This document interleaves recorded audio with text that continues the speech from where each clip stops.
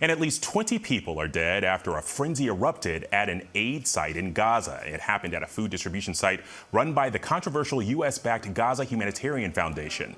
The Hamas-run Gaza Health Ministry says the GHF workers fired tear gas into the crowd, causing panic. But the GHF is denying the tear gas and blames people it says were, quote, armed and affiliated with Hamas for agitating the crowd.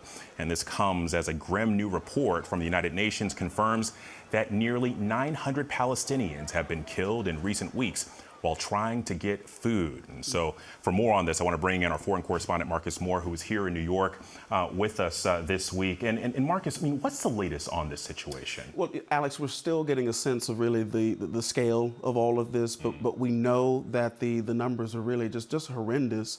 That there were dozens or so many families that were going to one of these aid distribution sites to get food for their families. There was a stampede.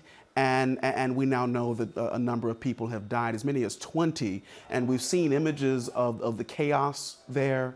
And this is really just the latest development in what we've seen, the deaths that we've seen at or near these aid distribution sites. And Alex, what's significant about this particular incident is that this is the first time that the officials who are running this aid distribution site have acknowledged a situation like this, deaths at one of the sites. All along they've made the point that these incidents, the shootings that have occurred, have all been away from the sites.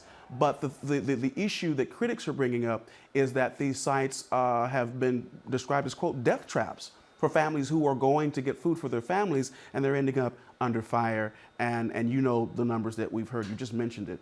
Almost 900 Palestinians killed, and as many as 674 that have been killed near these aid sites. Well, and the acknowledgement is certainly a marked change there. But Marcus, the other thing that I wanted to ask you about, the Israeli military is confirming that it carried out strikes in Syria. What's the latest there? Yeah, so there have been clashes between the Druze minority groups in southern Syria and the Bedouin tribes. And so there's been sectarian violence going on there, clashes.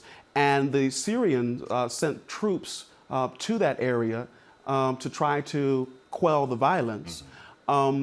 Israel has now said that they've carried out strikes to protect the Druze minorities there. And so not only have they hit targets in the southern part of Syria, where they have called for Syrian troops to move their troops away from that area, we also understand that they have now struck targets inside Damascus. And so, and we know that there have been a number of deaths as well. As many as 250 people have been killed, many of them soldiers. But Alex, I think it really does speak to the volatile nature of what's happening in the region, that there's still some instability. And so we'll have to watch to see what happens next there. Certainly. Marcus Moore, I appreciate your coverage.